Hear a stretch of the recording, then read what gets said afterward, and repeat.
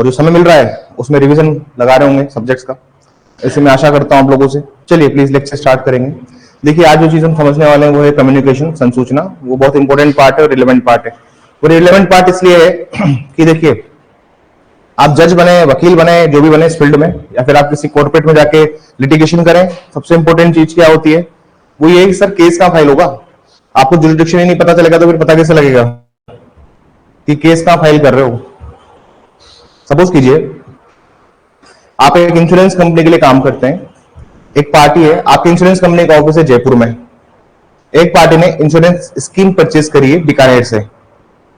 अब केस बीकानेर में फाइल होगा या जयपुर में फाइल होगा, ये जुरिडिक्शन तय करता है कॉन्ट्रैक्ट, क्योंकि इंश्योरेंस भी क्या एक तरह से कॉन्ट्रैक्ट ही है। जहां पर कॉन्ट्रैक्ट कंक्लूड हुआ है वहां पर करेंगे, या फिर जहां पर एक्सेप्टेंस दी गई है वहां से हम कंक्लूड मानेंगे। मतलब सपोज कीजिए जयपुर में बैठ के जयपुरी कंपनी ने प्रपोजल दिया कि आप इंश्योरेंस लीजिए। एक आदमी है, उनका नाम है बी, वो थे बीकानेर में। इन्होंने यहां पे इंश्योरेंस पॉलिसी एक्सेप्ट करी, या फिर आप समझ लीजिए उसको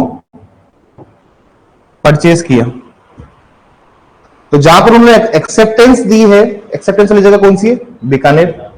उसको मानेंगे या किस तरह से आप जुरिडिक्शन डिसाइड करेंगे, हम इसको फोकस करेंगे।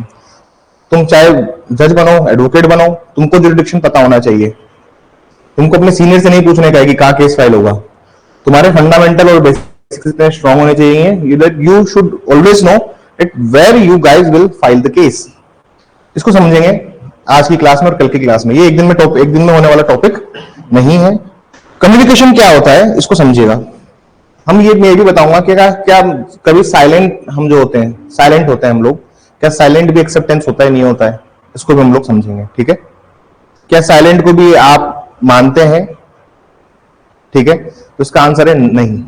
अगर आप साइलेंट रहे किसी चीज के ऊपर तो वो एक्सेप्टेंस नहीं है। But there are few exceptions to it, हम उसको भी डिस्कस करेंगे। स्कोप्स सबसे पहले हम निकालेंगे सेक्शन 3। ये सेक्शन 3 से स्टार्ट करेंगे। प्लीज हेडिंग डाल दीजिएगा, हेडिंग डाल दीजिएगा कम्युनिकेशन संसूचना। हेडिंग क्या डालेंगे? कम्युनिकेशन संसूचना। और ये आप बात लिख के लीजिए, the things are not very difficult. अब आपको उसको डिफिकल्ट से निकल के आपको कार्य करना है आगे। पढ़िए section 3। The communication of proposal of acceptance, the communication of proposal, the acceptance of proposal, the acceptance of proposal and the revocation of proposal and the acceptance respectively are deemed to be made by an act, omission of the party proposing, accepting or revoking, by which he intends to communicate such proposal, acceptance or revocation which has effect of the communicating it। क्या कहना चाह रहा है sir? तीन चीजें कहना चाह रहा है, तीन चीजें कहना चाह रहा है। पहली चीज तो ये देखिए सर, इधर देखिए एक बार, समझिए एक बार, 2 मिनट में फोकस कीजिएगा। देखिए सर, जब कभी भी प्रपोजल हम लोग कोई करते हैं, हम कोई प्रस्तावना करते हैं, तो उसकी संसूचना, प्रपोजल की संसूचना जो मैं आपको दूंगा, जो प्रपोजल में आपको कम्युनिकेट करूंगा, या प्रपोजल पे जो आप एक्सेप्टेंस कर रहे हैं, या प्रपोजल आप रिवोक कर रहे हैं, तीन चीजें यहां से, 3 एलिमेंट पिक कीजिएगा, रटना मत, समझने की कोशिश कीजिएगा। 3 चीजें हैं सर, संसूचना, प्रतिग्रहण। कौन कौन सी 3 चीजें सर? यहां पर जो 3 चीजें हैं वो है सर संसूचना, प्रतिग्रहण और प्रतिसंहरण। मतलब आप कम्युनिकेट कर रहे हो किसी चीज को, प्रपोजल को, एक्सेप्ट कर रहे हो किसको? प्रपोजल को, रिवोक कर रहे हो किसको? प्रपोजल को। और प्रपोजल बाद में लिखा है इन लोगों ने, लेकिन आप समझ लीजिए इन तीनों की बात कर रहे हैं यहां पर। हम कम्युनिकेशन एक्सेप्ट कैसे करेंगे, कम्युनिकेशन को भेजेंगे कैसे, कम्युनिकेशन को रिवोक कैसे करेंगे, उसके बारे में बात करता है तीसरा सेक्शन। ठीक है ना सर, सेक्शन 3। इसमें सिंपल सी एक बात इन्होंने लिखी हुई है कि जब कभी भी आपको ये करना है तो आप कैसे करेंगे? बाय एनी एक्ट और ओमिशन ऑफ द पार्टी। कैसे करोगे? 2 आंसर में सर सम अप कर देते हैं इसको। कोई भी एक्ट या फिर ओमिशन से जो भी पार्टी प्रपोज कर रही है उससे हम इस चीज को भेजेंगे। या तो मैं कोई कार्य करूंगा या फिर मैं कोई लोभ करूंगा, उसी के माध्यम से मैं तीनों चीजों को करूंगा। मैं कम्युनिकेशन को, प्रपोजल को कम्युनिकेट करना, प्रपोजल को एक्सेप्ट करना, प्रपोजल को रिवोक करना, ये मैं कैसे करूंगा? इन तीनों चीजों के माध्यम से ही करूंगा। और कोई थर्ड ऑप्शन इसमें नहीं है। रिवीलिंग माय पॉइंट, बहुत इजी और बेसिक प्रोविजन, रटना नहीं। सेक्शन 3-4 रटने का नहीं है, सेक्शन 3-4 है समझने का। तुम समझ जाओगे तो जिंदगी भर याद रखोगे, क्योंकि प्रपोजल को आप एक्सेप्ट कैसे करोगे, कम्युनिकेट कैसे करोगे, रिवोक कैसे करोगे, ठीक है ना। संसूचना का जो भी प्रस्तावना है उनको संसूचना करना, प्रतिग्रहण करना, प्रतिसंहरण करना, उसके बारे में बात की गई है, ठीक है। और यहां पे बताओगे प्रपोजल एक्सेप्ट कर रहे हो, रिवोक कर रहे हो, by which he intends to communicate such proposal accept and revocation which has effect of communicating it. Hindi में एक बार मैं पढ़ देता हूं उसको। प्रस्तावनाओं की संसूचना, प्रस्तावनाओं का प्रतिग्रहण, प्रस्तावना तथा प्रतिग्रहणों का प्रतिग्रहण क्रमशः प्रस्तावना करने वाले या प्रतिग्रहण करने वाले, जो आदमी कम्युनिकेट कर रहा है, जो आदमी एक्सेप्टेंस कर रहा है, जो आदमी रिवोक कर रहा है, उसको घुमा फिरा के लिखा है इन लोगों ने सारे एंगल से ना। Respectively are deemed to be made, करने वाले पक्षकार के ऐसे कार्य या लोभ से हुआ समझा जाता है जिसके द्वारा इसी प्रतिस्थापना, प्रतिग्रहण या प्रतिसंहरण संसूचित करने का आशय रखता हो और उसे संसूचित करने का प्रयास रखता हो। Respectively are deemed to be made by the act or omission of the party proposing, accepting or revoking it, by which he intends to communicate such proposal, acceptance, revocation. दो इंपॉर्टेंट चीज है यहां पर, वो ये है एक्ट और omission of the party. आप कैसे पता लगाओगे हमेशा, पक्षकार के द्वारा किए गए कार्य या फिर कोई भी लोभ जो उसने किया है। ओमिशन में पहले ही बता चुका हूं आपको, ओमिशन मतलब होता है कि जहां पर उसकी लीगल ड्यूटी थी बताने की जो उसने नहीं बताई, ठीक है सर, ये ओमिशन है। ओमिशन मतलब होता है लोभ, ओमिशन मतलब होता है कंडक्ट, आचरण, बहुत सारी चीजें ओमिशन में अंदर इंक्लूड होती है। आप अपने आचरण से बता सकते हो। असुन भाई इसको प्लीज नोट कर लीजिएगा जगह छोड़ के, ये बहुत इंपॉर्टेंट चीज है। जब आप इसको नोट करेंगे तो आपको और अच्छे समझ में आएगा कि क्या कहना चाह रहा है ये। लेकिन ये डेफिनेशन बिल्कुल इजी है, इसको समझने की कोशिश कीजिएगा, रटने की कोशिश मत कीजिएगा। और इसके डेफिनेशन में अगर सिर्फ लाइन अगर आपको ऐड करनी है तो फिर आप सिंपल उसको ऐड कर सकते हो कि जो आदमी एक्सेप्ट कर रहा है, रिवोक, जो भी आदमी कम्युनिकेट कर रहा है प्रपोजल, एक्सेप्टेंस या फिर रिवोकेशन, वो आदमी अपने एक्ट और ओमिशन से बताएगा कि उसकी इंटेंशन क्या थी। अगर मैं सिंपल लाइन में बताऊं कि उसका आशय क्या था, जो भी आदमी अपनी प्रस्तावना को संसूचित कर रहा है, प्रतिग्रहित कर रहा है या प्रतिसंहरित कर रहा है, तो वो अपने कार्य या लोग द्वारा उसको व्यतीत करेगा तथा वो अपने वास्तविक आशय को स्पष्ट करेगा। सिंपल सी डेफिनेशन, कुछ नहीं करने का, बस इतनी सी डेफिनेशन है। इसी को घुमा फिरा के इन लोगों ने यहाँ पे लिखा हुआ है। समझने के पॉइंट ऑफ व्यू से हम समझ रहे हैं, क्योंकि डायरेक्ट समझना जरूरी है, ठीक है। अब सेक्शन 3 खत्म नहीं हुआ है मेरी तरफ से, आप ये समझना कि खत्म हो गया है, ठीक है सर। तो सपोज कीजिए आप कहीं किराए से रहते हैं, आपको उस मकान में रहते हुए 1 साल हो गया है, ठीक है ना सर। तो मकान मालिक ने आपको बोला कि बेटा अभी तुम 6,000 रुपए रेंट देते हो, ठीक है ना, अगले महीने से जो आपका रेंट होगा वो 6,600 रुपए रेंट होगा, 10% की वृद्धि कर रहे हैं। अब आपने एक रेंट कंट्रोल पढ़ा हुआ है, उसमें तो कितना लिखा है, 5% बढ़ाओगे कितना हर साल। लेकिन आपको भी पता है कि भैया रेंट एग्रीमेंट करेंगे तो फालतू 300 रुपए के चक्कर में माथाफोड़ी कौन करे कि ठीक है 6,600 में दे दूंगा। उसने बोला 6,600 जाएगा अगले महीने से रेंट, एंड यू सेड तो व्हाट आर यू डूइंग भाई, आपने कोई एक्ट नहीं किया। लेकिन एक्ट कब कर लोगे आप, जब अगले महीने आप 6,600 रुपए दे दोगे। तो आपने भाई एक्ट भी क्या कर दिया, आपने उसको एक्सेप्ट कर लिया है, उस प्रपोजल को आपने एक्सेप्ट कर लिया है, by your act also, by your conduct also, या बाय ओमिशन ऑल्सो आपने उसको एक्सेप्ट कर लिया है। बात समझ में आई। तो एक्ट ओमिशन से आपने उस कंडीशन को एक्सेप्ट किया है जब आपने नेक्स्ट मंथ का रेंट दिया। अभी नवंबर स्टार्ट हो गया, मैं बोलूं दिसंबर से इतना रेंट हो जाएगा, और जैसे 1 दिसंबर हुआ and you are willing to pay such so and so rent, तो फिर वो समझेंगे कि हाँ भाई अब क्या हो गया, एक्सेप्टेंस हो गया, ठीक है। एक हेडिंग डालेंगे, साइलेंस, एक लिखिए will silence as mode of communication, will silence considered as mode of communication, will silence considered as mode of communication. क्या मूक रहना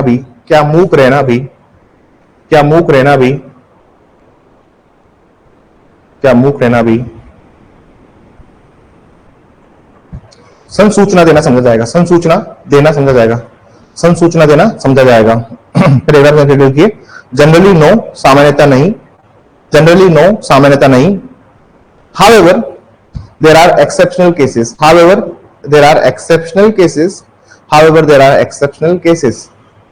सामान्यता नहीं, परंतु कई अपवादिक मामलों में संसूचना माना जाएगा, संसूचना माना जाएगा।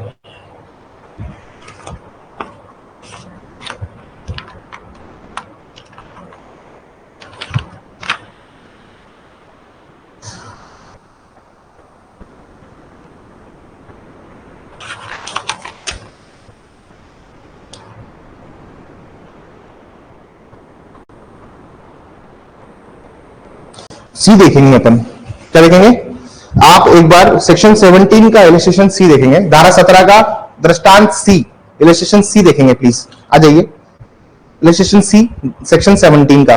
सर क्या होता है साइलेंस, देखिए सी इलस्ट्रेशन देखेंगे, B says to A if you do not deny I shall presume that horse is sound. क से ख कहता है यदि आप इस बात से प्रत्याख्यान ना करें तो मैं मान लूंगा कि घोड़ा बेऐब है, घोड़ा बेऐब है। क कुछ नहीं कहता तो उसकी साइलेंस क्या मान लेंगे, कम्युनिकेशन मान लेंगे। बात समझ में आई? इसका मतलब क्या है कि जहां पर आपकी ड्यूटी टू स्पीक है वहां पर तो आपको बोलना ही पड़ेगा, लेकिन जहां पर आप ड्यूटी टू स्पीक थी और आप नहीं बोले तो इसका मतलब है कि आपने कम्युनिकेशन कर दिया है। जनरल रूल क्या होता है, वो पूछे कि भाई साइलेंस को क्या आप कम्युनिकेशन मानेंगे, इंटरव्यू में पूछे हुए सवाल है ये, क्या साइलेंस को कम्युनिकेशन मानते हैं, क्या कोई आदमी मौन रहा मूक रहा क्या आप उसको संसूचना मान लेंगे? जनरली नो, हम उसको नहीं मानेंगे, but there are exceptions to it. बस यहां पे चुप हो जाना आप। Now the examiner would now the interviewers would ask ना कि व्हाट आर दोज एक्सेप्शंस। तो आप बताओगे सर साइलेंस जहां पर ड्यूटी टू स्पीक होती है पर्सन की, जहां पर बोलने का कर्तव्य है उसका, बोले का कहां पे कर्तव्य है सर, फ्रॉड के केसेस में कर्तव्य है उसका। बात समझ में आई? तो we would discuss those points also but in the later on classes, जहां मैंने आपको बताया कि लेकिन अपवादिक परिस्थितियों में माना जाएगा। तो अपवादिक परिस्थितियां कौन सी है? सेक्शन 17 का फ्रॉड, जहां पर बोला हुआ है क्या घोड़े में कोई ए देगा सर, आदमी हो गया चुप तो मान लेंगे हाँ भाई। एक होता है फिड्यूशियरी रिलेशनशिप, हाँ विश्वासिक संबंध, जो फिड्यूशियरी रिलेशनशिप होते हैं विश्वासिक संबंध होते हैं, उसमें भी बोलने की ड्यूटी है आपकी। अरे सर एक पिता अपनी पुत्री को पागल घोड़े पे बिठा देता है और पिता को पता होता है कि घोड़ा पागल है। बेटी पूछती है कि पापा जी घोड़ा पागल तो नहीं है, पिता साइलेंट हो जाते हैं। फिड्यूशियरी रिलेशनशिप में तुमको बोलना पड़ेगा। तुम्हारा दोस्त आया गाड़ी मांग रहा है कि यार एक बार कार देना भाई, और तुम्हारे मन में था कि यार ये हर दिन कार मांग के ले जाता है, इसको मैं आज तो सबक सिखाऊंगा। तो आप क्या करते हो, थोड़े से ब्रेक ढीले कर देते हो, ब्रेक लूज कर देते हो। ब्रेक तो लगेंगे लेकिन बहुत लेट लगेंगे। तो आपकी ड्यूटी टू स्पीक है ना, आपको बोलना होगा ना कि यार तो होता है कि गाड़ी ठीक है तेरी, हाँ यार गाड़ी ठीक है, ले चाबी दे यार लेके जाता हूं। तो फिड्यूशियरी विश्वासिक संबंध, फिड्यूशियरी रिलेशनशिप का मतलब होता है वो रिश्ते वो रिलेशन जो अटमोस्ट गुड फेथ पर आधारित है, जो अत्यधिक सद्भाव पर आधारित है। इलस्ट्रेशन देखेंगे 17 का, सेक्शन 17 का इलस्ट्रेशन देखेंगे बी, इलस्ट्रेशन बी देखेंगे इसका। यहां पे भी क्या है, ड्यूटी टू स्पीक है। बात समझ नहीं? इंश्योरेंस केसेस में भी क्या है आपकी ड्यूटी टू स्पीक है। आपसे पूछ रहे शराब पीते हो, आप चुप हो गए, you neither said yes, you know से नो, ना तो आपने हाँ कहा ना आपने ना कहा है, क्या समझेगा वो? प्रीमियम तो उस हिसाब से तय हुआ ना। तो इंश्योरेंस केसेस में भी आपकी ड्यूटी टू स्पीक है। अगर आप वहां पे चुप रहे, साइलेंट रहे, तो कम्युनिकेशन नहीं है। कुछ भी हो सकता है, वो मान भी सकता है नहीं भी मान सकता, उसका कोई सेंस नहीं निकलेगा। लेकिन ड्यूटी टू स्पीक होती है सर उन फ्रॉड के केसेस में, फिड्यूशियरी इंस्टीट्यूट केसेस में। आप देखेंगे बी रजिस्ट्रेशन में क्या हो रहा है, एक की ख पुत्री है और अभी प्राप्त हुई है, मतलब जस्ट अभी वो लड़की मैच्योर हुई है, मतलब जस्ट अभी 18 प्लस हुई है। अब पक्षारोपी संबंध में कारण करते हुए जाते घोड़ा एबदार है तो ख को बता दे। समझ में आई बात? अगर घोड़ा अनसाउंड है तो उसको बताना पड़ेगा ना सर कि घोड़ा अनसाउंड है। आप नहीं बताओगे ड्यूटी टू स्पीक मान लेंगे, आपका बोलने का कर्तव्य है, वहां बोलना पड़ेगा आपको। कम्युनिकेशन का भी सेम सीन है। अगर मैं कोई संसूचना दे रहा हूं तो मैं साइलेंट रहूंगा, मौन रहूंगा, तो कोई कम्युनिकेशन नहीं माना जाएगा। लेकिन एक्सेप्शंस ये हैं, समझ नहीं? आप चाहो तो नोट कर लो अलग से, फिर क्योंकि इंटरव्यू में पूछ लेते हैं ये सवाल ना, ठीक है। और जनरल लो अलग बात होती है, लेकिन जो एक्सेप्शंस होते हैं उनको स्ट्रिक्टली इंटरप्रेट किया जाता है। Exceptions are strictly interpreted. जो अपवाद होते हैं उनको आप स्पेसिफिकली बताते हो। Are you getting my point?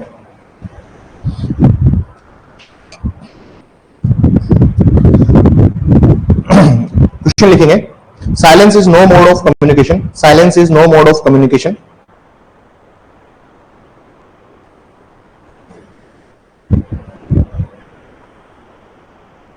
मौन रहना किसी प्रकार के संसूचना को प्रेषित नहीं करेगा। मौन रहना किसी प्रकार के संसूचना को प्रेषित नहीं करेगा। ये किसी लाइन है, इस पे 3 नंबर का सवाल पूछ लेते हैं आरजेएस में, ठीक है ना सर? और केस का नाम पूछ लेंगे तो 4 नंबर का हो जाएगा सवाल, ठीक है ना। केस का नाम लिखेंगे फेल्टहाउस वर्सेस बिंडले।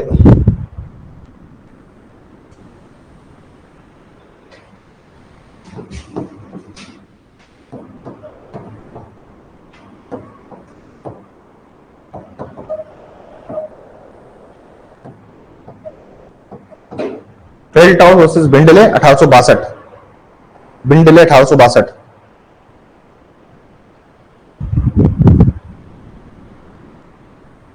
केस का नाम लिख दिया अपन ने। अब इसके फैक्ट सुन लो, फेल्टहाउस वर्सेस बिंडले में क्या होता है। फेल्टहाउस वर्सेस बिंडले 1862, ठीक है ना। आइए आई बिंडले वर्सेस फेल्टहाउस वर्सेस बिंडले 1862। अब इस केस में होता क्या है फेल्टहाउस वर्सेस बिंडले में, इसके फैक्ट सुनिए। देखो सर, इस केस में क्या होता है कि एक अंकल होते हैं, वो चाचा जी क्या करते हैं, ऑफर करते हैं two by a horse for his Neiphiu. वो अपने भतीजे के लिए, जाते हैं मार्केट में और एक घोड़ा खरीदने जाते हैं अपने भतीजे के लिए, ठीक है ना। भतीजे के लिए घोड़ा खरीदना चाहते हैं और वो एड करते हैं, if I hear no more about this I shall consider that horse is mine. ऐसे कह देते हैं कि अगर मैंने इसके बारे में और कुछ नहीं सुना तो ये घोड़ा मेरा मान लूंगा मैं। इसके बारे में कुछ नहीं सुना, जो नेगोशिएशन हो रही है उसके बारे में, मतलब अब अगर तूने 5,000 से कम नहीं किया, अगर तूने मतलब ये रेट फिक्स रखी तो ये घोड़ा मेरा हो जाएगा फिर, ठीक है सर। उसकी तरफ से कोई आंसर नहीं आता, ठीक है, उसकी तरफ से कोई आंसर नहीं आता। लेकिन बाद में क्या होता है सर, बाद में क्या होता है सर, जो ऑक्शनर होता है वो घोड़े को सेल कर देता है। ऑक्शनर क्या होता है, घोड़े को सेल कर देता है। बाय मिस्टेक वो क्या करता है, घोड़े को सेल कर देता है। अंकल को पता लगता है कि भाई ऐसा ऐसा हुआ है। तो इस केस में बोला गया कि देखिए, जब आपने उसको कहा था कि अब तूने कुछ नहीं कहा तो मैं इसको सेल मान लूंगा, तो कम्युनिकेशन हुई कहां पर, तो साइलेंट हो गया था वो तो आदमी। तो generally communication, mode of communication नहीं होता। Silence is not a mode of communication. Felthouse Bindley इसको बहुत स्पेसिफिकली बोलता है। थोड़ा सा इसमें लिखेंगे,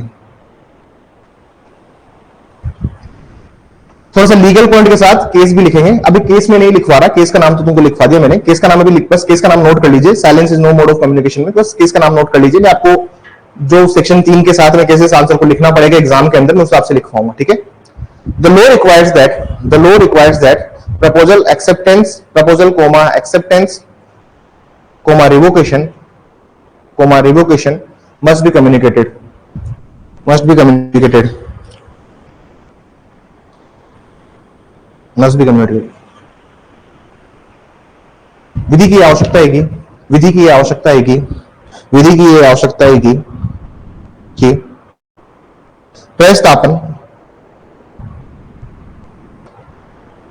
प्रस्तापन कोमा प्रतिकरण और प्रतिसंहरण को संसूचित करना होगा, प्रतिसंहरण को संसूचित करना होगा।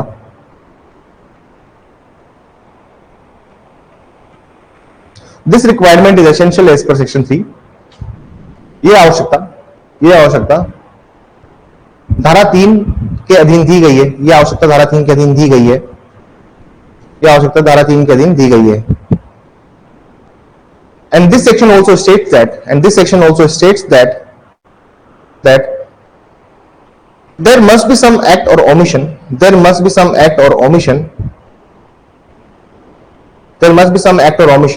for effectual communication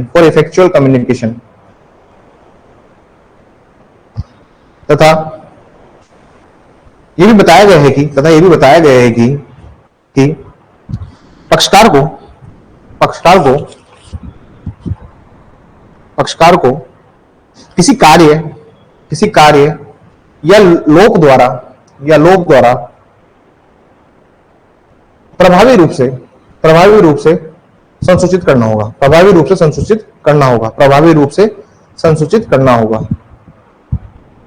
पैराग्राफ से लिखेंगे, as a general rule silence is not a mode of communication। सामान्य नियम ये है कि मौन रहना किसी प्रकार से संसूचना नहीं माना जाएगा। Silence is not a mode of communication. However, silence can be inferred as silence can be inferred as mode of communication. However, silence can inferred as mode of communication only in exceptional cases. Only in exceptional cases. In exceptional cases. हालांकि हालांकि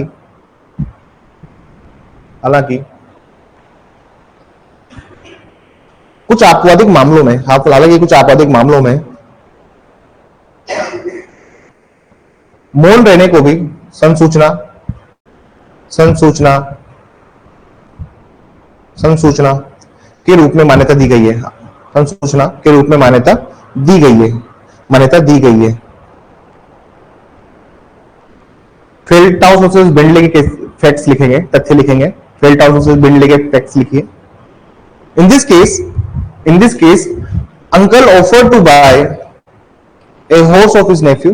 Uncle offered to buy a horse of his nephew. इस मामले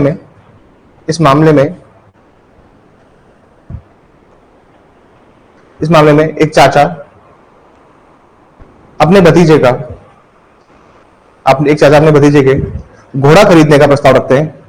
भतीजे से घोड़ा खरीदने का प्रस्ताव रखते हैं. And he also adds that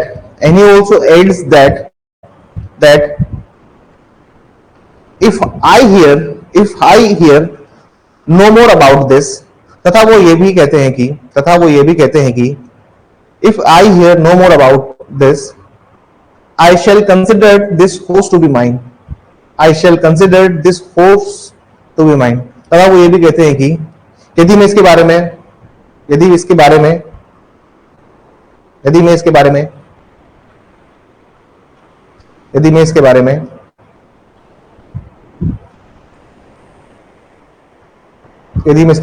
अन्य कुछ नहीं सुनूंगा तो ये घोड़ा मेरा होगा.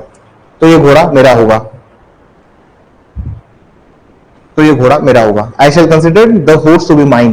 पैराग्राफ चेंज करके लिखिए. No answer was returned to this. उनके द्वारा बोले गए वाक्य का कुछ प्रत्युत्तर नहीं होता है. उन्हें नहीं मिलता है. No answer was returned to this. Later on, auctioneer sold by mistake. परंतु बाद में बोलीकर्ता द्वारा इस घोड़े को भूलवश बेच दिया जाता है. Auctioneer sold the horse by mistake.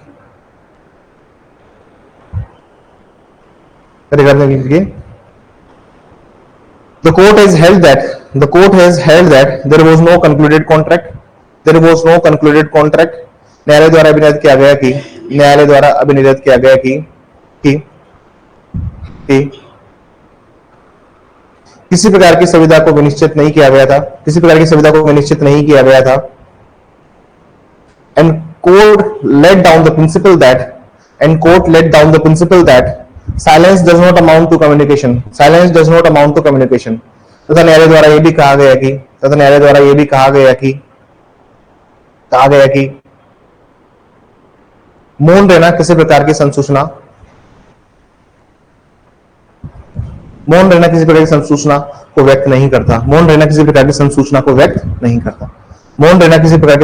को व्यक्त नहीं करता.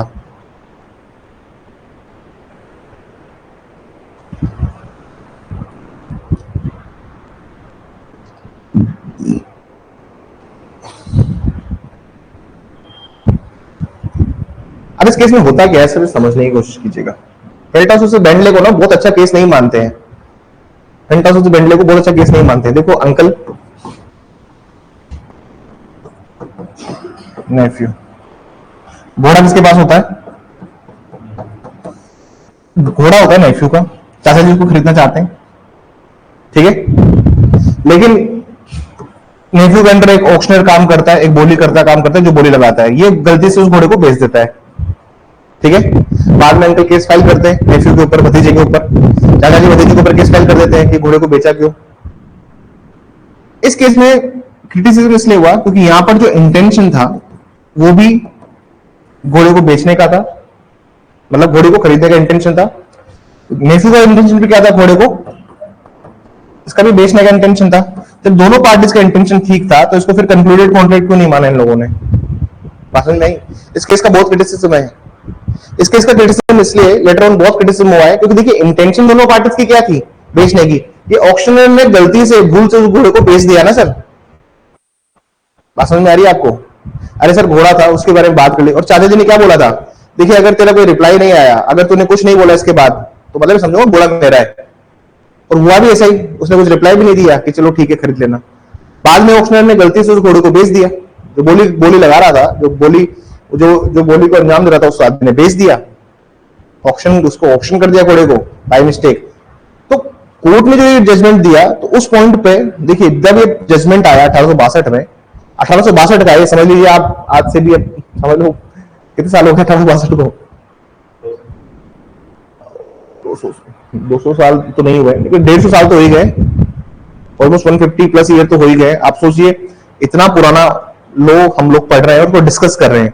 उस टाइम की कंडीशंस के हिसाब से वो बहुत अच्छा था जजमेंट, फेल्ट हाउस से पेंडले, ठीक है ना सर।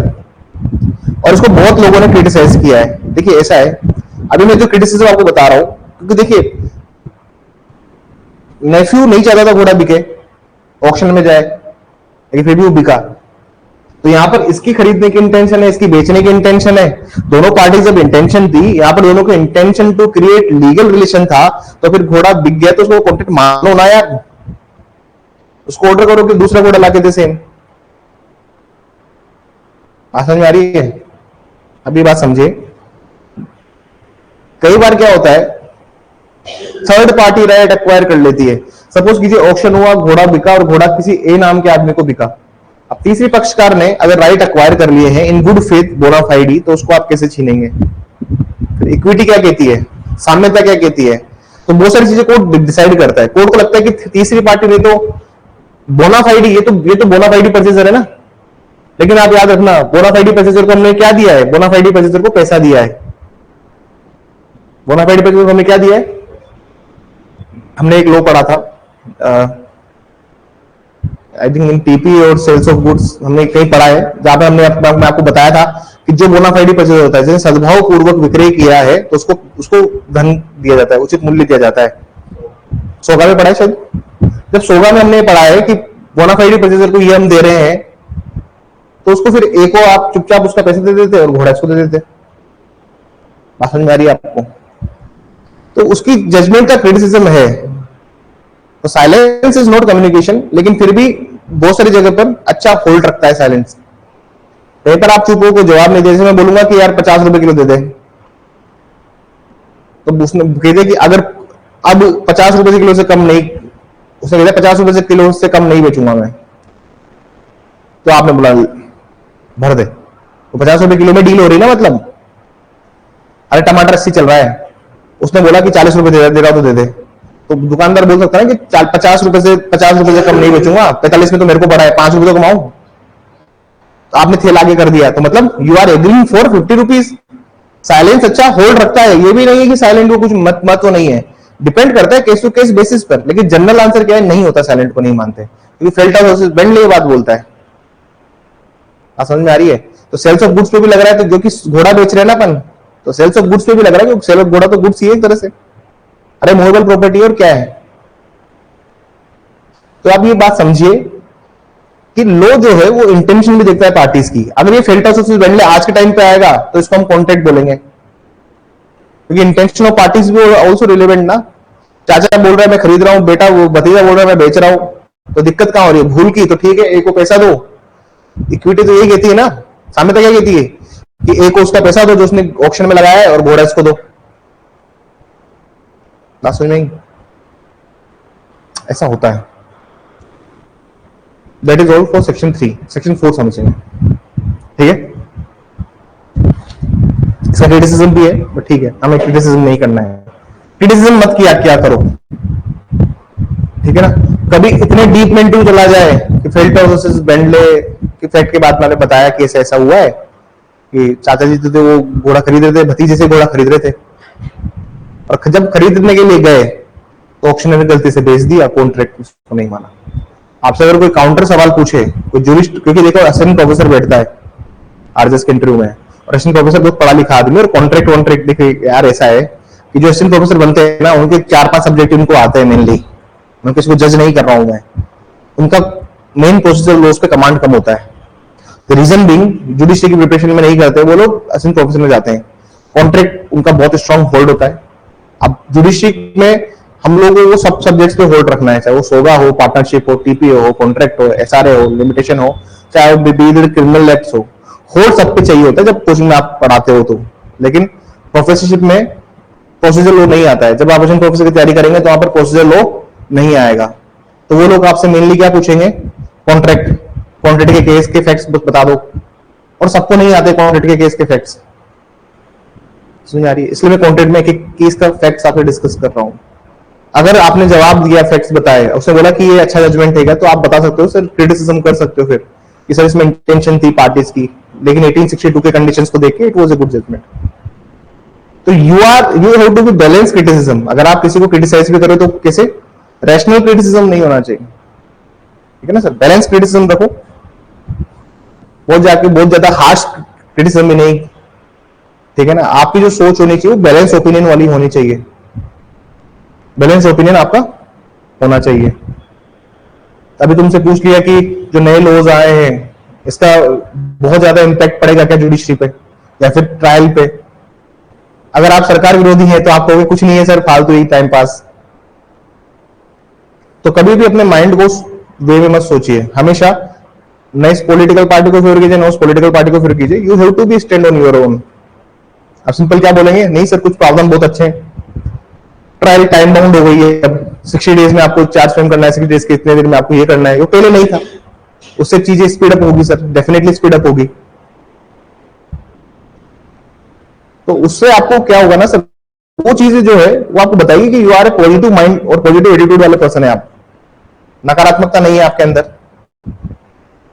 अब आपसे पूछा कि बीएनएस में जो चेंजेस आए हैं उसका क्या इंपैक्ट होगा, तो बीएनएस में जो चेंजेस आए हैं उसमें आप बताओगे कि अब ये जितने भी ये नए ऑफेंस जोड़े हैं इसके अंदर, नए ऑफेंसेस जो इन्होंने ऐड किए हैं, टेररिस्ट एक्ट हो चाहे आप ऑर्गेनाइज क्राइम हो वगैरह, बताओगे आप। अब जो 107 ऐड किया है बीएनएस के अंदर वो बहुत अच्छा है, वो प्रॉपर्टी अटैच हो जाती है उसमें, अगर आपने प्रोसीड्स ऑफ क्राइम से प्रॉपर्टी कमाई है तो you can tell those things ना, अब वो चीजें भी बताओगे। तो कहने का मतलब क्या है सर कि कभी भी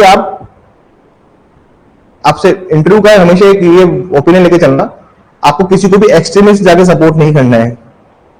आप जाके बोलो कि नहीं सर बहुत अच्छे लोग हैं, ये तो होना ही चाहिए था, पुराने लोग तो बकवास थे, घटिया थे, वो भी नहीं होना चाहिए ना। पुराने लोग भी घटिया बकवास कैसे थे, they were equally good, but the time requires change, है ना, कि समय परिवर्तन मांगता है सर, हमेशा परिवर्तन होना चाहिए, परिवर्तनशील होना चाहिए, जिससे प्रोग्रेसिव सोसाइटी। कम्युनिकेशन सेक्शन 4 पढ़ेंगे प्लीज, ठीक है ना सर। अब इसमें 3 पैराग्राफ हैं। अब इसको समझने के लिए देखो, सेक्शन 4 को समझना है आपको तो उसको 3 पैराग्राफ में समझना पड़ेगा आपको, वरना देखो सेक्शन 4 जो है ना ये हालत खराब कर देता है। सेक्शन 4 जो है ये थोड़ा सा हालत खराब कर देता है, इसको थोड़ा समझने की कोशिश कीजिएगा। देखिए इसमें पैरा नंबर 1 है, पैरा नंबर 2 है, एंड पैरा नंबर 3 पैराग्राफ है इसके अंदर। अब तीनों पैराग्राफ को समझने के लिए you have to be very sound. मैं सर आपको ना वो लिखवाऊंगा, एग्जाम्पल लिखवाऊंगा, उसके एग्जाम्पल को नोट कर लेना हूबहू, ठीक है ना, तीनों पैराग्राफ्स के लिए, ठीक है। पहला पैराग्राफ कहता है कि कम्युनिकेशन ऑफ प्रपोजल कब कंप्लीट माना जाएगा। अरे सर हम 3 चीजें समझ रहे थे सेक्शन 3 में। सेक्शन 3 में हमने क्या समझा, सेक्शन 3 में हमने क्या समझा mainly, what we have understood in section 3। Section 3 में हमने 3 चीज समझी।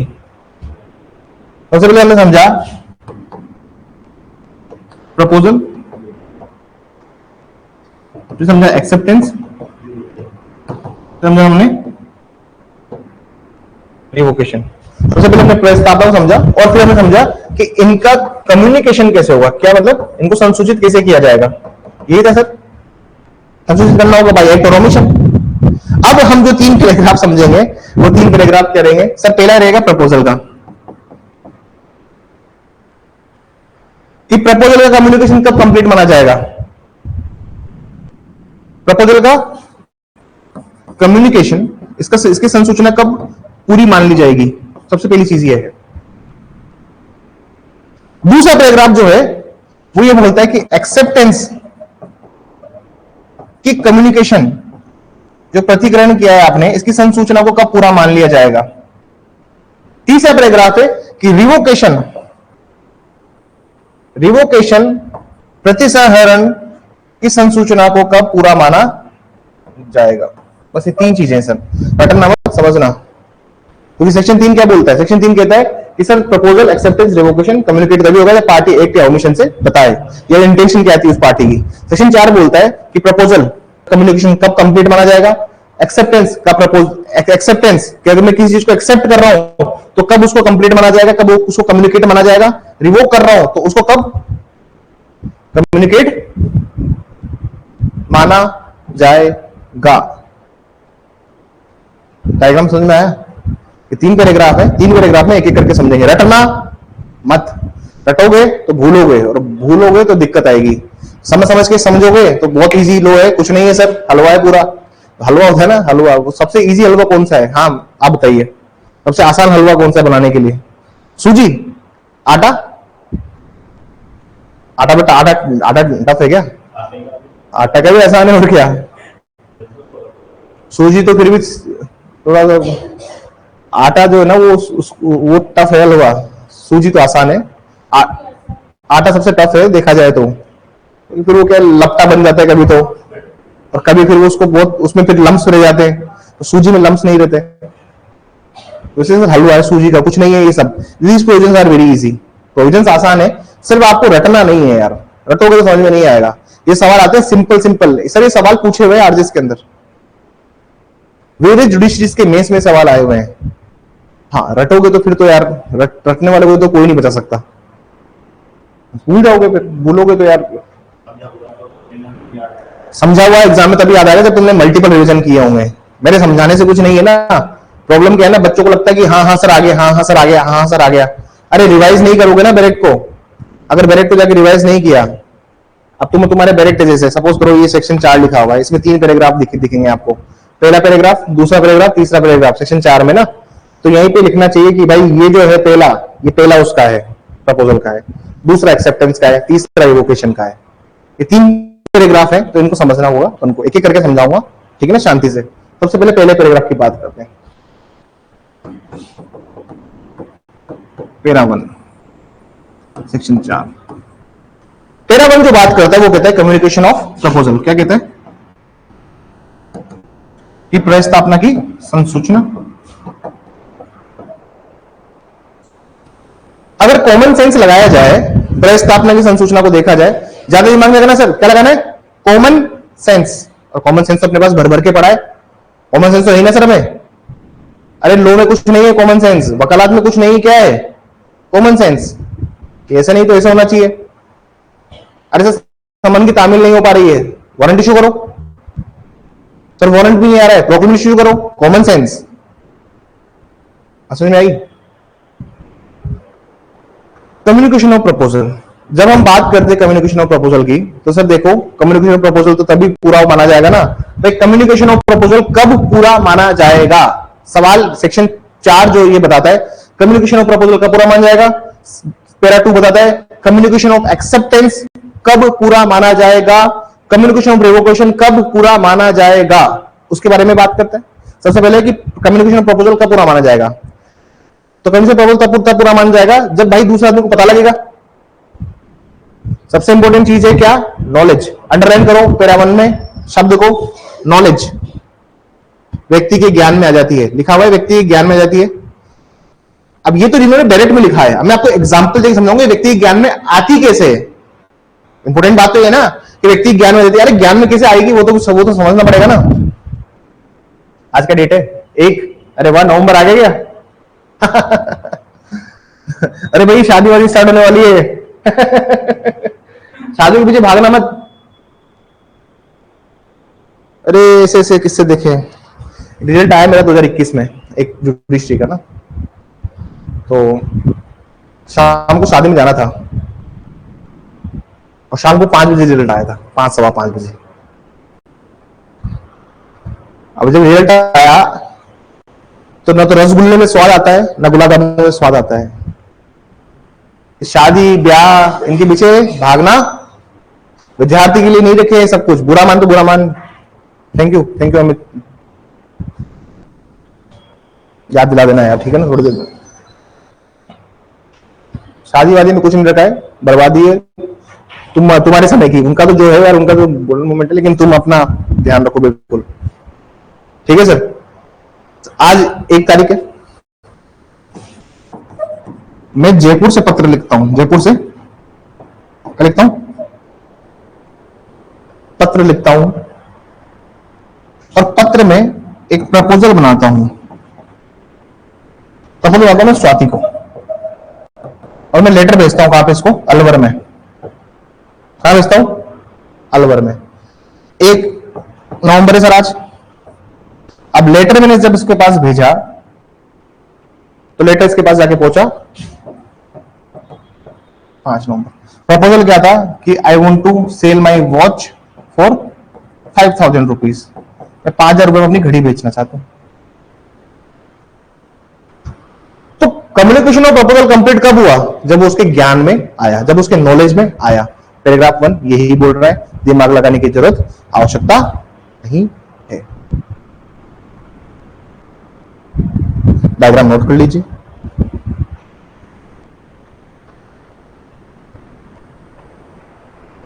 और अगर फोन करके पूछ रहे तो हाँ भाई इतने इतना ऑर्डर चाहिए, ऑर्डर लिख, कब तक भिजवा देगा? ठीक है सर, कल लोड करवा देंगे। आज शनिवार है, संडे मंडे को लोड करवा देंगे, ट्यूसडे का पहुंच जाएगा। तो उसमें हाँ पहुंच जाएगा सर, करवा दूंगा, आप एडवांस पैसा डाल दीजिए। तो जहां से बात हुई वही क्या है? Communication complete. लेकिन अभी हम सिर्फ प्रपोजल की बात कर रहे हैं, हम लोग एक्सेप्टेंस की बात नहीं कर रहे। वो करेंगे कहां पर? पैराग्राफ दूसरे में। लेकिन पहला पैराग्राफ ये है, इसमें 2000 लाइन लिख लीजिए। The communication of proposal has been completed on 5 November. Completed on 5 November. Swati तुम्हारा देखो नाम लिख दिया मैंने, बच्चे नोट्स में तुम्हें पढ़ेंगे। ऑन 5 नवंबर। हर एक बच्चे को अमर कर जाऊंगा मैं कॉपियों में। यूट्यूब पे हर एक बच्चे को अमर कर दूंगा मैं।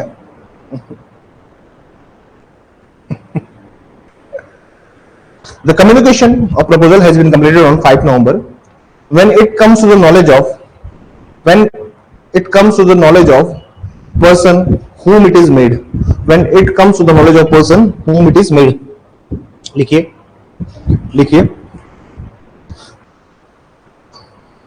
प्रस्तावना की संसूचना तब पूर्ण हो जाती है। प्रस्तावना की संसूचना तब पूर्ण, प्रस्तावना की संसूचना 5 नवंबर को पूर्ण हो जाती है जब प्रस्तावना उस व्यक्ति के ज्ञान में आ जाती है। जब प्रस्तावना उस व्यक्ति के ज्ञान में, तो प्रस्तावना उस व्यक्ति के ज्ञान में आ जाती है।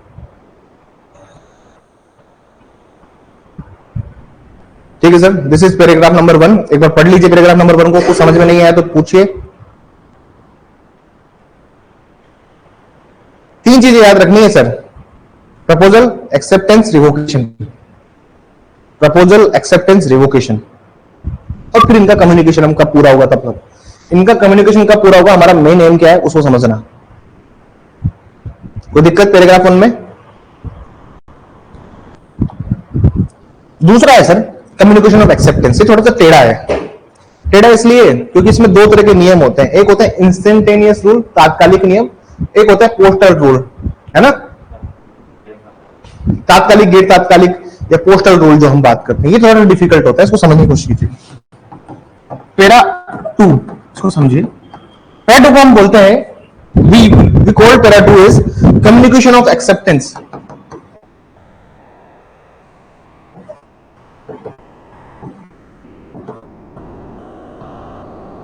कम्युनिकेशन ऑफ एक्सेप्टेंस, प्रतिग्रहण की संसूचना। मतलब प्रतिग्रहण की संसूचना कब कंप्लीट मानी जाएगी? देखो सर ऐसा है, संसूचना पूरी होनी बहुत जरूरी है, सेक्शन 3 ये बोलता है। जब तक कम्युनिकेशन नहीं है तब तक कोई मतलब नहीं है चीजों का होने का। अरे तुमको पता ही नहीं कि ऐसी चीज है तो फिर पता कैसे लगेगा कि कॉन्ट्रैक्ट तुम मान रहे हो नहीं मान रहे? ऐसे तो आदमी मल्टीपल कॉन्ट्रैक्ट कर लेगा। मैंने बोला 50 किलो आटा चाहिए मेरे को, 50 किलो आटा, उधर से जवाब नहीं आया, ठीक है, तो मैंने कहा चलो ठीक है ये नहीं, जरा दूसरे से मांगूंगा। अब सर मैंने 4-5 जगह बात कर ली, कहीं से कम्युनिकेशन ही नहीं एक्सेप्टेंस का, और मालूम पड़ रहा है मेरे घर में 250-300 किलो आटा आ गया, तो मेरे को क्या पता कि तुमने एक्सेप्ट किया नहीं किया? आते कि दो पार्टी आ गई उस दिन काम करने, वो भी आ गया वो भी आ गया, इमरजेंसी में रखा था। अरे वो मूवी थी ना बोल बच्चन, दाई माँ बाई माँ आई माँ, बहुत सारी माँ आ जाती है उसकी, हाँ अभिषेक बच्चन की नहीं हो जाती? क्यों हो जाती है? क्योंकि सर कम्युनिकेशन नहीं है एक्सेप्टेंस का। क्या पाएंगे माँ का रोल करना है कि मैं माँ कहाँ माँ दिखती हूँ, मैं तो अभी जवान हूँ, तो एक्सेप्टेंस करती नहीं है, फिर बाद में वो आ जाती है माँ बन के, अर्चना पूरन सिंह। तो एक्सेप्टेंस नहीं है तो फिर सर झूल बोल रहेगा। सबसे इंपॉर्टेंट चीज है एक्सेप्टेंस, दे रहे हो नहीं दे रहे भाई, वरना एक ही जगह 4-4 चीज आ जाएगी। तुमको टैक्सी से जाना है सर कहीं पे बाहर उदयपुर घूमने, और तुमने टैक्सी बुलाई, टैक्सी वाले को जवाब दिया नहीं, देखो सर कल फ्री होगा तो सुबह 6 बजे जाऊंगा वरना नहीं आऊंगा। तुमने चलो ठीक है, दूसरे से बात करी सर 6 बजे कल देखूंगा सर, मेरा भी कुछ ऐसा नक्की नहीं है। तीसरे से बात करी, मालूम पड़ा 3-4 टैक्सी आ गई सुबह 6 बजे तुम्हारे घर के बाहर। क्यों हुआ ऐसा? क्योंकि एक्सेप्टेंस को प्रॉपर्ली कम्युनिकेट नहीं किया गया। दिस इज द कंसेप्ट ना, हम regular day to day life में देखते हैं इस चीज को।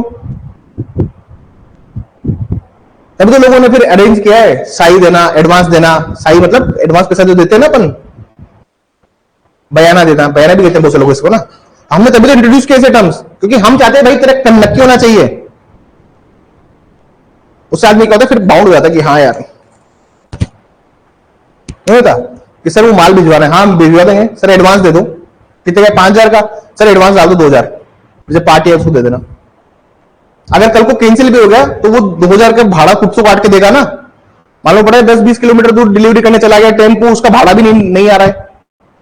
आप समझिए बातों को, कमर्शियल ट्रांजेक्शन हो या रेगुलर ट्रांजेक्शन हो तुम्हारे डे टू डे लाइफ में, ये सेक्शंस इंपॉर्टेंट है, इनकी महत्वता है ना सर। वरना फिर आई माँ बाई माँ दाई माँ, तो 3-4 माँ आ जाती है फिर ऐसा सीन हो जाता है। कॉन्टेक्ट को समझना, इट्स वेरी इजी फिलोसॉफी।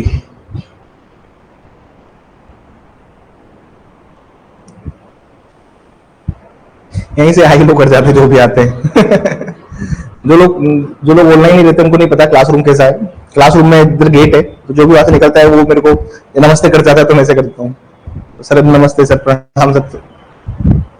दूसरे बच्चे आ जाते हैं क्लास के बीच में ही, उधर स्टडी मटेरियल लेने, कोई पेपर का प्रिंट आउट लेने।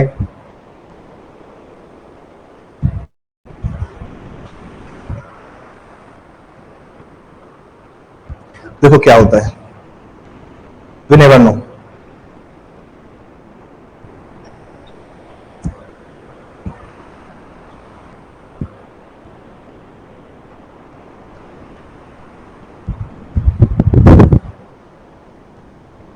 प्लीज आ जाइए।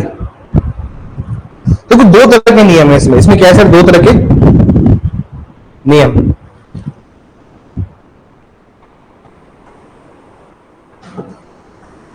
सबसे पहले मुझे बताओ, ये जो एक्ट है जो हम पढ़ रहे हैं ये कौन से साल का है? कौन साल का ये एक्ट? 1872। अब 1872 में व्हाट्सएप होता था, ईमेल होता था, व्हाट्सएप ईमेल टेलीग्राम कुछ था क्या सर उस टाइम? फेसबुक इंस्टा कुछ था? हैंड टू हैंड मैसेज भेजते थे क्या अपन? सब 2 तरह के नियम है, एक है इंस्टेंटेनियस,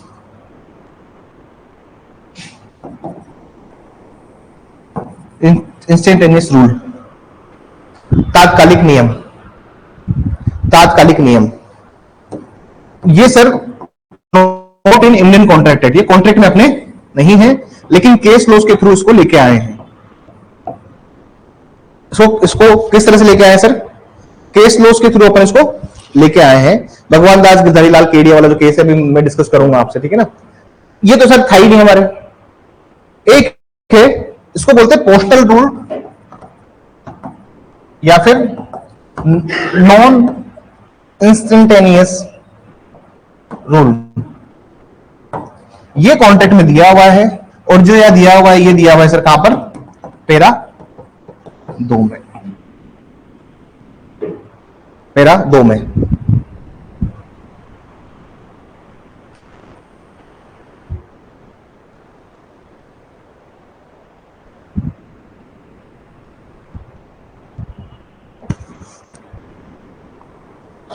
अब क्या प्रोविजंस है, इनको थोड़ा समझने की कोशिश करेंगे यहाँ पर, ठीक है ना। We would understand those things, we would understand those things and those rules, उनको समझेंगे। हाँ, एक स्टूडेंट का फोन आया था मेरे पास अभी कुछ टाइम पहले, तो वो कह रहे थे सर एलएलएम कर रहा हूं मैं, और एलएलएम करना चाहता हूं मैं, कि सर उसमें प्रैक्टिस काउंट होगी नहीं होगी? तो सिंपल सी बात ये है सर कि if you want to do LLM तो डू इट साइलेंटली। कैसे करना है उसको? हाँ, साइलेंटली करने का है। और देखिए, LLM is not a professional course. Professional courses जो आप करते हो वो रेगुलर होने चाहिए। एलएलएम क्या है? प्रोफेशनल कोर्स है एलएलएम? नहीं sir, LLM is not a professional, इसे हायर एजुकेशन कोर्स। एलएलएम को जो मैनेज करती है वो कौन करता है सर? यूजीसी करता है। कौन करता है? यूजीसी। एलएलबी को मैनेज कौन करता है? Bar council of India. अभी 1 साल के एलएलएम का मामला आया था, तो उसमें बार काउंसिल ऑफ इंडिया टूट पड़ा कि 1 साल की एलएलएम थोड़ी होती है। तो यूजीसी ने बोला कि ये आप अपना काम करो ना भाई। बार काउंसिल क्या बोला? आपका काम एलएलबी तक की है, अब ऊपर जो डिग्री चल रही है वो हायर एजुकेशन है, और वो उसको कौन देखेगा? उसको देखेगा यूजीसी। यूजीसी अप्रूव कर रहा है, तो तुम्हें क्या दिक्कत है? अरे वास्तविकता है या नहीं है? तुम एलएलएम कर रहे हो तो उसको तो कौन देख रहा है? हायर एजुकेशन देख रहा है। If you want to do LLM ना, तो कीप इट वेरी साइलेंटली और पीसफुली। किसी को पता हो मत तुम एलएलएम कर रहे हो, तो भविष्य में क्या रूल आ जाए अभी कुछ पता नहीं है। वाई यू वांट टू डोल बजाना कि मैं एलएलएम कर रहा हूं? शांति से अपना एलएलएम करो और प्रैक्टिस एनरोल करके चालू रखो। कौन सा एलएलएम में रोज रोज क्लासेस लग रही है? अरे कोचिंग में रोज रोज क्लास में आते नहीं है बच्चे, तो एलएलएम में रोज रोज क्लास में जाएंगे? वहां एग्जाम देने जाना पड़ता है, मजबूरी है उनकी, फीस दी हुई, पैसा लगा हुआ है, क्या मजबूरी है? ले ऑनलाइन मेरी क्लास भी ले रहे नहीं ले रहे, मुझे तो उसको पता भी नहीं है। लो तो अच्छा, नहीं लो तो अच्छा, तुम्हारे रिजल्ट बोलेंगे। क्या बोलेंगे? अरे वो एक बात है ना कि करतूती कही देत, एक बोलते हैं कहावत है, तुम करतूती कही दे, तो मतलब तुम्हारी करतूत बता देगी कि तुमने किया क्या है। तुम्हारे किए हुए कार्य बता देंगे मुझे स्पष्ट रूप से, तो तुमने काम क्या किया है। क्या स्कोर है सर? 60 रहेगा सर, सर 55 स्कोर रहा। तो फिर उसके बाद में क्या बोलूं? ठीक है, अच्छी बात है। Last year the cut off was और एमबीसी इज लाइक 41 या 35 45 के 45 कट ऑफ गई थी एमबीसी की लास्ट ईयर। सर 41 नंबर आए। क्यों नहीं आए नंबर? तुम 100 में से 41-45 नंबर ला रहे हो, प्रीलिम्स में निकाल रहे हो, तो फिर दिक्कत क्या है? मेरे पढ़ाने में दिक्कत नहीं है, तुम्हारी मानसिकता में दिक्कत है।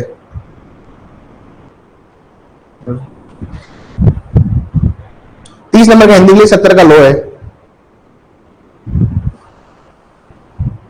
कल एक स्टूडेंट के फादर का फोन आया था कि सर मेरी बेटिया ने मेंस लिख लिया, अपने पास ही थे, उन्होंने मेंस की तैयारी ऐसे करी है, उन्होंने मेंस लिख लिया है, तो कैसा है सर उनका, क्या लगता है हो जाएगा मेंस क्लियर? मैंने बोला कि मेरी बात नहीं हुई है। तो उनके फादर ने बोला कि रुको सर मैं बोलता हूँ उसको कॉल करने के लिए। तो वापस उनके पापा से बात हुई, तो मैंने बोला सर मैं फोन नहीं करता बच्चों को, पेपर के बाद में फोन नहीं करता उनको कुछ पूछना है बताना है। जैसे जिन्हीं बच्चों ने पूछा कि सर पेपर में आपका बताया हुआ ये आया वो आया, तो बच्चों ने खुद आगे को फोन किया है, उनको फोन कभी नहीं करूंगा। तो मैंने उससे सिर्फ एक सवाल पूछा, क्या आपने सारे क्लासेस ली थी मेंस की जो लो के ऊपर बताई थी मैंने? उसने कहा हाँ सर ली थी। तो मैंने पेपर अच्छा हुआ है आपका, बस इतना ही होता है। और क्या है, क्लास में जो बताया उसके बाद से वो चाहता नहीं है। अब तुमको पूरे अगर पूरा सीआरपीसी उसमें से मैं 30 सवाल तैयार करने कह रहा हूं, तो 30 सवाल आपने तैयार कर लिए तो आपका मेंस निकल गया। तो बहुत हार्ड एंड फास्ट रूल नहीं है, लेकिन नहीं करोगे तो फिर तो यार कुछ भी हो सकता है तुम्हारा। सबसे पहले इंस्टेंट रूल समझ लीजिए सर। 1872 में जब ये एक्ट आया तो उस टाइम पर इंस्टेंट का मतलब होता है कि कम्युनिकेशन जो हो रहा है, संसूचना जो हो रही है वो इंस्टेंट तत्काल रूप से हो रही है। तुमने फोन किया किसी को कि पानी की 50 टंकी चाहिए, पानी की कितने की चाहिए, 50 टंकी। वो उसने पूछा कब तक चाहिए, आज शाम तक चाहिए, अवेलेबल हो जाएगी? तो उसने बोला कि या तो वो हाँ बोलेगा या फिर ना बोलेगा। इवेसिव आंसर तो नहीं देगा ना। ये थोड़ी देगा कि आपको दिन में 3 बजे तक बताता हूं, तो मैं क्या कहूंगा 3 बजे क्या करूंगा भाई, मैं अटका के क्यों रखना है? या तो आप 10-15 मिनट में फोन कर लो, नहीं तो फिर मैं समझूंगा कि कैंसिल हो गया मामला।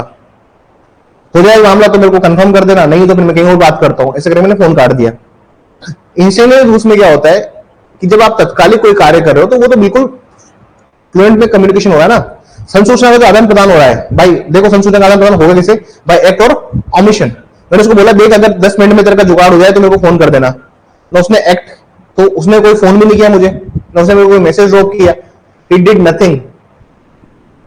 समझ में आ रही है? तो उसका मतलब क्या हो गया फिर? इसका मतलब हो गया कि उसका एक्सेप्टेंस, उसने एक्सेप्टेंस का कम्युनिकेशन नहीं किया है। उसने जो प्रतिग्रहण कर रहा है वो उसकी संसूचना उसने मेरे को नहीं दी, मतलब हमारे बीच में कुछ भी हुआ नहीं है कम्युनिकेशन। क्या समझ में आ रही है आपको? और सर एक्सेप्टेंस होना बहुत जरूरी है, फिल्टर सोर्सेज बेंडले ने बोला है एक्सेप्टेंस होना बहुत जरूरी है, और साइलेंट जो एक्सेप्टेंस होते नहीं है। तो कहने वाले समझिए कि जब काम बहुत फ्रिक्वेंट हो रहा है, मैंने बोला सर शिमला फोन किया मैंने, एप्पल चाहिए, 100 किलो एप्पल चाहिए, 50 किलो चेरी चाहिए, ये चाहिए वो चाहिए। तो उसने बोला सर एप्पल तो नहीं हो पाएंगे क्योंकि एप्पल को तो सर बारिश बहुत थी, एप्पल सर फसल पूरी खराब हुई है एप्पल की, एप्पल तो हो नहीं पाएंगे सर।